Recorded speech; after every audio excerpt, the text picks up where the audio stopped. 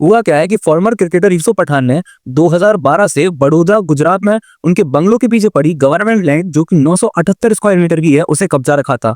और जब municipal corporation ने उनसे उस लैंड को खाली करने को कहा और उन्हें ऑफिशियल नोटिस भेजा, तो यूसुफ पठान ने उस ऑफिशियल नोटिस के खिलाफ कोर्ट में पिटीशन फाइल कर दी और उस समय के गुजरात के सीएम को म्युनिसिपल अथॉरिटीज के थ्रू रिक्वेस्ट की कि उन्हें और उनके भाई को ये लैंड खरीदने की परमिशन दे दी जाए, क्योंकि वो एक इंटरनेशनल प्लेयर्स हैं। पर 2014 में गवर्नमेंट उनकी रिक्वेस्ट को रिजेक्ट कर देती है, क्योंकि इंडियन लॉ के अकॉर्डिंग कोई भी गवर्नमेंट प्रॉपर्टी बिना ऑक्शन के नहीं बेची जा सकती। पर इस रिजेक्शन के बाद भी भाई साहब की ऑडेसिटी देखिए कि वो लैंड को खाली करना तो दूर, बल्कि लैंड के चारों तरफ बाउंड्री बॉल बनवा लेते हैं और उसे अपने कब्जे में ले लेते हैं। पर अब कई साल के लीगल प्रोसीडिंग्स के बाद गुजरात हाई कोर्ट ने इस पर फाइनल वर्डिक्ट दिया है। पर अब आप ये सुनिए कि यूसुफ पठान के लॉयर यतिन ओझा इस पर क्या आर्ग्यूमेंट देते हैं। कहते हैं कि यूसुफ पठान एक इंटरनेशनल प्लेयर हैं और अब तो वो एक एमपी भी हैं और वो जमीन का मार्केट प्राइस देने को भी तैयार हैं, मतलब चोरी ऊपर से सीना चोरी। पर जस्टिस मोना भट्ट ने इन सभी एक्सक्यूजेस को रिजेक्ट कर दिया और कहा कि यूसुफ पठान एक एनक्लोजर हैं और लंबे समय तक लैंड का पोजीशन रखने का मतलब ये नहीं